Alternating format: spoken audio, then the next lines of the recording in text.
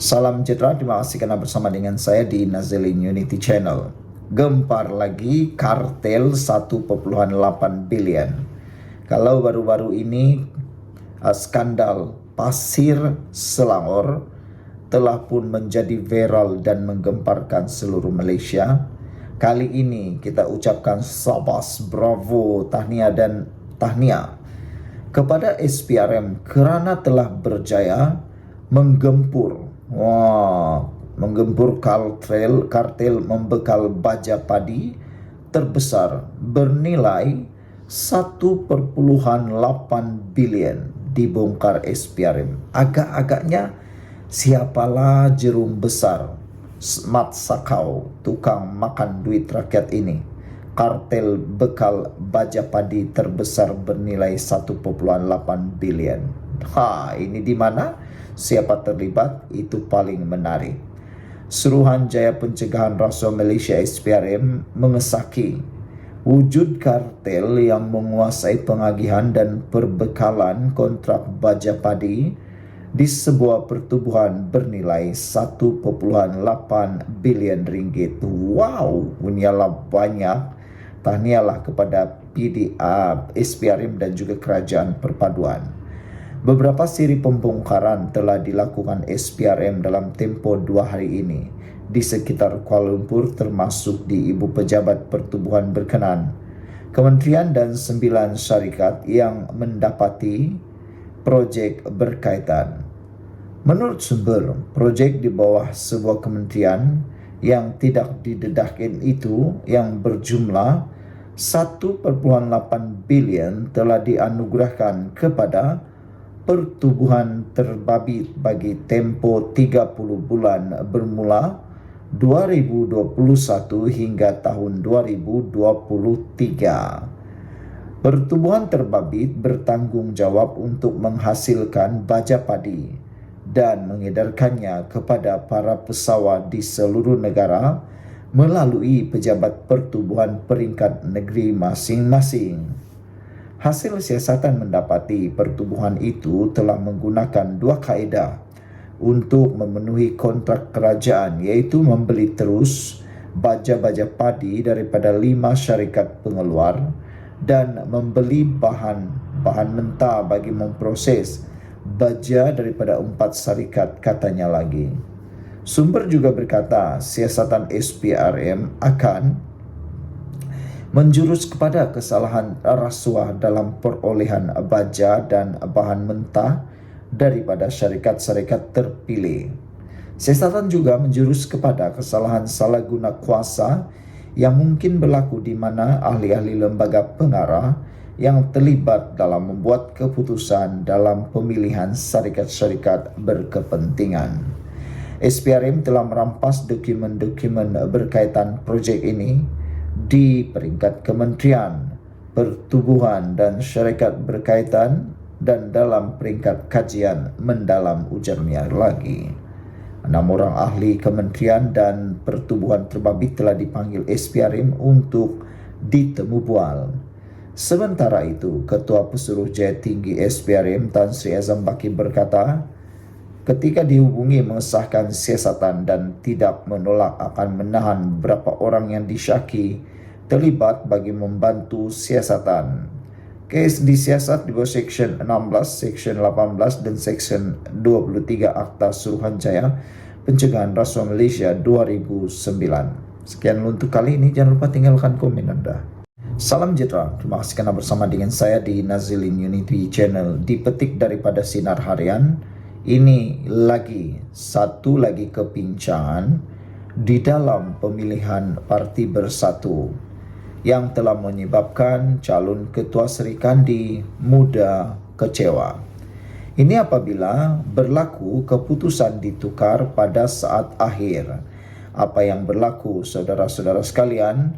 Seorang wakil atau seorang calon yang bertanding jawatan Ketua Seri Kandi Muda Parti Pribumi Bersatu Malaysia kecewa dengan perjalanan proses pemilihan sayap-sayap parti itu yang didakwa sangat bermasalah sehingga menyaksikan keputusan asal ditukar pada saat akhir.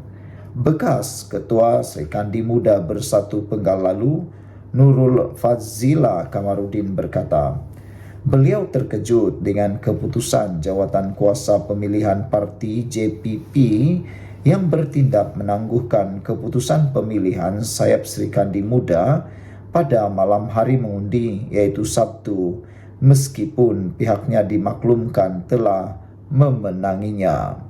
Saudara-saudara sekalian, jelasnya tindakan JPP menangguhkan keputusan pemilihan selama 2 hari telah menyebabkan beliau memohon penjelasan.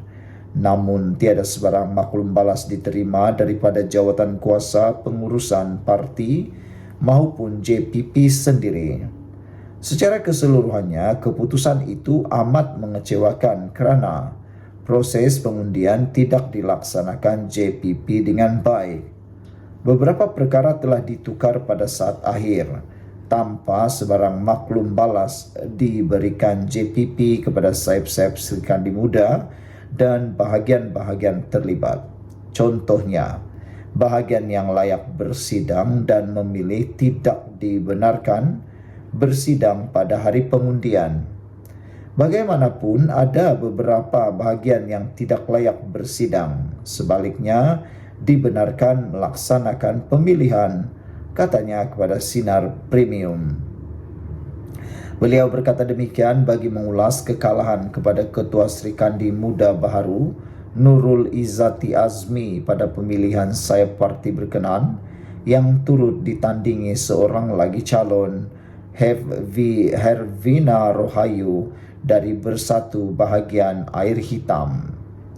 Keputusan itu diumumkan pengerusi JPP Bersatu Datuk Seri Abdul Azim Muhammad Zabidi pada petang Isnin. Bagaimanapun jumlah keseluruhan undi diterima ketiga-tiga calon Ketua Serikandi Muda tidak dinyatakan. Mengulas lanjut, Nurul Fazila turut mendakwa terdapat campur tangan beberapa individu berpengaruh yang membuat ugutan kepada perwakilan-perwakilan Serikandi Muda bagi memilih calon tertentu. Berikutan itu, beliau berpandangan kes campur tangan individu-individu berpengaruh dalam parti ini telah menyebabkan proses demokrasi tidak berjalan dengan baik. Di sebalik permasalahan itu, saya sentiasa berbesar hati untuk meraihkan demokrasi dalam parti melalui pelaksanaan proses pemilihan bersatu. Cuma saya kesal dengan proses pemilihan kali ini yang secara jelas berada di bawah pengaruh individu tertentu yang pastinya sudah menghancurkan proses demokrasi meskipun secara permukaannya tiada perangai cair berlaku, katanya lagi. Sekian untuk kali ini, jangan lupa tinggalkan komen Anda. Salam sejahtera, terima kasih karena bersama dengan saya di Nazilin Unity Channel. Ini satu lagi perkembangan terkini, keputusan terkini tahanan rumah Najib dan juga berkait permohonan maaf Najib. Menurut laporan ini, ahli Parlimen Bukit Gelugur menyatakan bahawa tahanan rumah tak boleh terpakai untuk Najib. Bagaimana pula itu berlaku? Ikuti terus ulasan kali ini. Kerajaan digesa memberi jaminan bahawa langkah pelaksanaan tahanan di rumah kelak tidak akan terpakai untuk kes-kes berprofil tinggi seperti melibatkan bekas Perdana Menteri Datuk Seri Najib Tun Razak. Perkara itu disuarakan Ramkalpal Singh PH Bukit Gelugur yang turut mempersoalkan mengapa permohonan maaf secara terbuka dibuat bekas Presiden UMNO itu dibuat selepas pengumuman kerajaan mengenai penggubalan akta bagi membolehkan hukuman tahanan di rumah sebagai alternatif untuk kesalahan tertentu. Beliau berkata setelah 5 tahun kes tersebut dibicarakan dengan 50 saksi memberi keterangan, permohonan maaf tersebut dilihat sebagai tidak relevan, bahkan wujud elemen penghinaan terhadap mahkamah. Saya khawatir sama ada undang-undang tahanan di rumah yang dicadangkan ini adalah digubal bagi tujuan untuk Najib. Sekiranya ia digubal bagi Najib, kita perlu faham bahawa kesalahan yang beliau disabitkan masa dahulu adalah kesalahan yang amat besar yang telah menjejaskan hala 7 negara kita ini. Jadi saya berpendapat bahwa tahanan di rumah tidak boleh dipakai atau terpakai untuk kes-kes seperti yang melibatkan Najib. Dan saya mahu agar kerajaan beri satu jawapan sama ada ia akan terpakai bagi tujuan tersebut, katanya ketika sesi perbahasan Rang Undang-Undang Perbelanjaan Belanjawan 2025 di Dewan Rakyat pada Selasa. Nasib Najib sama ada diperintahkan dibebaskan atau diperintah membela diri atas 4 kes salah guna kedudukan untuk mendapatkan dana 1MDB dan 21 pertuduhan penggubahan wang haram sebanyak 2.6 bilion akan diketahui pada Rabu, iaitu esok. Jika mahkamah mendapati pihak pendakwaan berjaya mewujudkan kes prima facie, maka bekas Perdana Menteri itu diperintah untuk membela diri. Bagaimanapun, sekiranya pendakwaan gagal menimbulkan prima facie, beliau itu akan dibebaskan serta-merta. Dalam pada itu, Ramkal Palsing turut mempersoalkan sama ada Najib akan dikenakan sebarang tindakan atas kesalahan menghina mahkamah susulan permohonan terbuka baru-baru ini. Beliau juga mempersoalkan sekiranya permohonan tersebut akan mengganggu proses keputusan atau proses mahkamah yang dijadwalkan esok. Kita kena ingat bahawa dalam kes ini sudah 5 tahun berlalu, 50 kes telah berikan keterangan. Permohonan maaf terbuka ini mungkin terdapat kemungkinan besar akan tertakluk kepada prinsip sub judice. Jadi sekiranya seorang itu memberi kenyataan awam berkenaan dengan isu-isu yang dibicarakan dan diputuskan oleh mahkamah, bukankah ia merupakan penghinaan mahkamah? Adakah Najib telah melakukan satu penghinaan mahkamah? Ini perlu diperjelaskan. Sekiranya ya, apakah tindakan akan diambil terhadap beliau? Soalnya lagi. Sekian untuk kali ini, jangan lupa tinggalkan komen Anda. Salam cerah, terima kasih karena bersama dengan saya di Nazilin Unity Channel. Apa sudah jadi dengan pemilihan bersatu? Itu komen netizen selepas meneliti dan membaca laporan di berita harian. Pemilihan armada bersatu, banyak aduan dan bantahan diterima, keputusan dijangka esok. Saudara-saudara sekalian, kelihatannya sekarang ini terlalu banyak kebincangan yang terdapat di dalam pemilihan parti bersatu, terutamanya di dalam pemilihan armada. Keputusan rasmi bagi pemilihan armada bersatu dijangka akan diketahui esok, selepas beberapa aduan yang dikemukakan akan diteliti dan akan dibuat kajian secara menyeluruh. Menurut laporan ini, ianya akan diselesaikan oleh jawatan kuasa pemilihan parti JPP Bersatu. Pengerusi JPP Bersatu, Datuk Seri Abdul Azim Muhammad Az-Zabidi berkata, banyak aduan termasuk berkaitan tata cara pemilihan diterima pihaknya dalam pemilihan armada bersatu kali ini. Kita sedang meneliti aduan dari armada bahagian. Beberapa bantahan dibuat dan insya Allah kita akan umumkan keputusan esok. Ada banyak aduan yang diterima, katanya.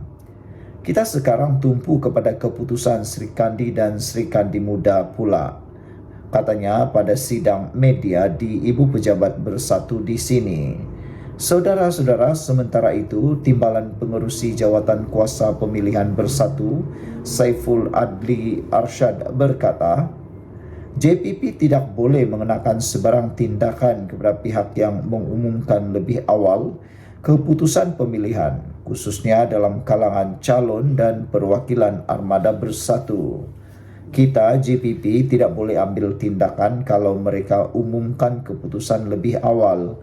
Itu kena dirujuk kepada lembaga disiplin parti, katanya menjawab mengenai kedua-dua kem yang bersaing dalam pemilihan armada bersatu mengumumkan kemenangan masing-masing semalam.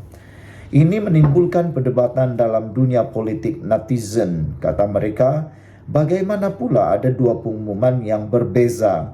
Kem yang satu umumkan mereka menang, kem yang satu juga mengumumkan mereka menang. Jadi, bagaimana pula itu terjadi? Media semalam melaporkan keputusan tidak rasmi membabitkan pertembungan 1 lawan 1 bagi jawatan Ketua Armada Bersatu Malaysia memihak kepada Akmal Zainal Zahir. Menerusi kenyataan pusat pengiraan undi sayap itu memaklumkan Akmal Zahin memperoleh 2.432 undi mendahului pesaingnya Muhammad Hilman Idham yang juga ahli Dewan Undangan Negeri Adun Gonbak Setia dengan 2.356 undi. Keputusan ini adalah hasil daripada penjumlahan undi bagi 112 daripada 115 bahagian yang layak bersidang dan memilih pada Sabtu lalu. 3 bahagian tidak dijumlahkan undinya disebabkan 2 daripadanya tidak menjalankan persidangan, yaitu bahagian Bangi dan Kuala Krau. Sementara persidangan di bahagian Ampang terbatal. Sekian untuk kali ini. Jangan lupa tinggalkan komen anda, tekan butang subscribe. Jumpa lagi. Bye-bye. Salam sejahtera. Terima kasih karena bersama dengan saya di Nazilin Unity Channel. Isu yang hangat pada hari ini ialah melibatkan ejekan pembangkang terhadap Anwar Ibrahim. Mereka selamba saja mengejek, bahkan ada juga yang mempersenda Anwar Ibrahim kerana perkara-perkara yang remeh-temeh. Kalau kemarin bercakap tentang songkok yang sengit dipakai oleh Anwar Ibrahim pun boleh jadi bahan. Nampaknya pembangkang sudah kehilangan modal politik mereka, kata netizen. Apa yang berlaku hari ini ialah apabila Anwar Ibrahim sekali lagi memberikan teladan yang terbaik bagaimana menjadi pemimpin yang hebat. Apabila beliau dipersenda kerana ketimbang, ini jawapan bersahaja Anwar kepada pembangkang. Anwar Ibrahim, Perdana Menteri Malaysia, tidak tersinggung dengan segelintir ahli parlimen yang mempersendakan perkataan ketimbang yang digunakannya.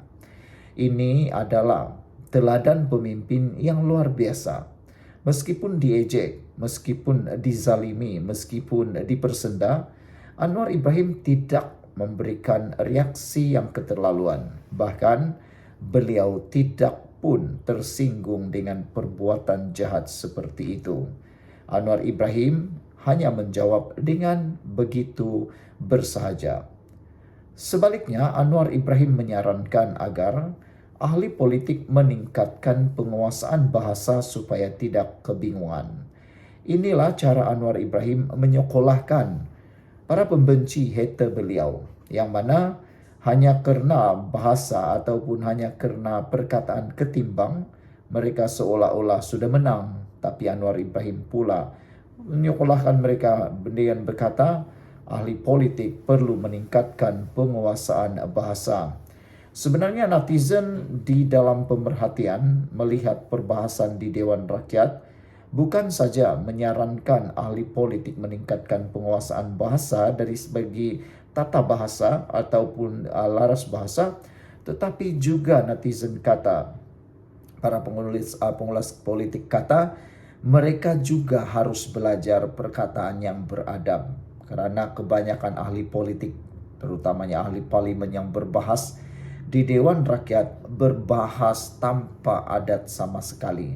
Adabnya memang ke laut, manakala tidak perkataan yang tidak sepatutnya, comoh mencomoh, ejek mengejek, provokasi melampau tetap berlaku di dalam Dewan Parlimen.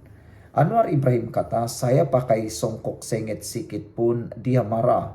Pakai baju Melayu dengan capal pun tak kena, kata Anwar Ibrahim. Kemudian saya guna istilah-istilah baharu seperti ketimbang pun dia bingung sikit, tidak faham. Kita sebagai pemimpin, kita tingkatkan penguasaan bahasa. Dulu tak ada alaf, saya gunakan. Dulu tak ada mampan, saya perkenalkan. Tiada telus saya perkenalkan, tidak popular perkataan kesenjangan, kita popularkan. Jadi, kita didik anak-anak menggunakan bahasa katanya semalam. Pada masa sama, beliau juga menegur sikap ahli-ahli parlimen di Dewan Rakyat yang hanya tahu mengecam ketika berbahas. Masa pembentangan belanjawan 2,5 jam. Kalau dengar saya tak kecam orang, saya tak kecam dan maki orang. Tapi segelintir ahli parlimen walaupun dalam perbahasan maki hamun, kata Anwar Ibrahim. Anwar berkata beliau sebolehnya enggan melayan cemuhan segelintir pihak kerana jika dilayan kerja tidak akan selesai. Bagi saya kalau nak jawab benda ni letih kita, kerja tak jalan, kata beliau. Saya singgung perkara ini kerana tak jawab orang kadang keliru. Jawab sikit-sikit bolehlah, kita nak tumpu kerja, ujar Anwar Ibrahim. Ungkapan ketimbang yang digunakan Perdana Menteri ketika belanjawan 2025 dipersoal oleh pembangkang kerana mendakwa ia tidak didapati dalam perbendaharaan, kata Dewan Bahasa Pustaka. Susulan itu, Dewan Bahasa dan Pustaka memaklumkan ia akan dimasukkan ke dalam Kamus Dewan Perdana edisi kedua. Perkataan tersebut merupakan kata sendi nama yang bermaksud menyatakan atau menunjukkan perbezaan atau perbandingan antara sesuatu. Sekian untuk kali ini, jangan lupa tinggalkan komen Anda. Salam sejahtera, terima kasih karena bersama dengan saya di Nazilin Unity Channel. Jenayah tetap jenayah. Permohonan maaf Najib tiada makna. Itu satu lagi berita paling menyedihkan untuk Najib. Apa yang berlaku? Permohonan maaf Najib Razak dalam isu skandal 1MDB tidak memberikan sebarang makna kerana ia telah diputuskan oleh mahkamah, kata DAP. Ini bukan soal terima apa-apa permohonan maaf. Dengannya permohonan maaf atau tidak, jenayah tetap jenayah. Dia telah pun disabitkan dan dibuktikan oleh mahkamah. Dia didapati bersalah, itu adalah fakta, kata beliau lagi. Jadi pada saya, permohonan maaf itu tidak bawa apa-apa makna. Kata Setiausaha Agung DAP Anthony Loke dipetik sebagai berkata kepada pemberita di Kuala Lumpur hari ini. Terdahulu, Najib memohon maaf kerana skandal 1MDB berlaku semasa pemerintahannya dan pentadbirannya, tetapi mempertahan dirinya tidak bersalah. Permohonan maaf itu dibacakan oleh anaknya Nizar di Mahkamah Tinggi Kuala Lumpur. Setiap hari saya berasa amat terluka mengetahui segala kecurangan dalam 1MDB berlaku semasa bawah pengawasan saya sebagai Perdana Menteri dan Menteri Kewangan, kata Najib. Tiada lain yang dapat saya nyatakan selain memohon maaf secara terbuka kepada seluruh rakyat Malaysia, katanya lagi. Sementara itu, ditanya pendirian DAP jika Najib diberikan hukuman tahanan di rumah, Anthony Loke berkata cadangan itu diketengah untuk reformasi penjara, bukan berkaitan Najib. Ini bukan soal Najib. Terdapat ambang tertentu bahawa jenayah tertentu tidak boleh dimasukkan ke dalam tahanan rumah. Dan sudah tentu, jenayah yang serius tidak dibenarkan di bawah tahanan rumah. Dia dipetik sebagai berkata oleh Malaysia Gazette. Najib sedang menjalani hukuman penjara di penjara Kajang selepas disabit bersalah dalam kes rasuah SRC Internasional berjumlah 42 juta ringgit. Dia dihukum penjara 12 tahun dan didenda 210 juta, tetapi lembaga pengampunan mengurangkan hukuman kepada 6 tahun penjara dan denda 50 juta ringgit. Selain kes SRC Internasional, Najib juga masih berdepan pertuduhan di mahkamah berkaitan kes 1MDB melibatkan dakwaan rasuah RM2.28 bilion dan pecah amanah jenayah berkaitan International Petroleum Investment Company berjumlah 6.6 bilion. Kes pindaan laporan audit 1MDB dan pengubahan wang haram melibatkan RM27 juta dana SRC Internasional juga masih berjalan. beberapa komen daripada netizen tentang isu dan juga kenyataan daripada antinolog ialah warga Mas biasa kata, walaupun lewat, akhirnya pucuk pimpinan DAP telah pun bersuara dengan perkataan-perkataan yang tepat. Syabas, kata warga Mas biasa. Harimau satu kata dalam ruangan komen di Malaysia kini, kalau kita namakan penjenayah-penjenayah yang lebih high profile, you tak boleh jawab lahluk, kata beliau. Baik tutup mulut saja, kata Harimau satu. Masalah pengangkutan dan pemandu pemangkutan berlambak. Selesaikan ini dulu, ini pun tak tahukah, kata Harimau satu. Brownie kata, wow, first time after the formation of Kerajaan Madani, DAP second spoke out. Let's see how Akmal will react, kata Brownie. Red Parrot kata, curi RM RM2.60, curi RM26, curi RM2.600, curi RM260,000, curi 2.6 juta, semuanya mencuri. But different scale and different magnitude. If someone stealing huge amount of money, what more, hold top position in government, he should serve the sentence fully in the prison, kata Red Parrot 2782. Saudara-saudara sekalian, EKJ pula kata, thank you YB Anthony. E1976 kata setuju, jumlah bukan sedikit yang telah dicuri, gelaran selamanya. Green Puma 9227 kata setuju. Apa pula pendapat anda semua? Jenayah tetap jenayah, permohonan maaf Najib tiada makna, kata Antonello. Sekian dulu, jangan lupa tinggalkan komen anda.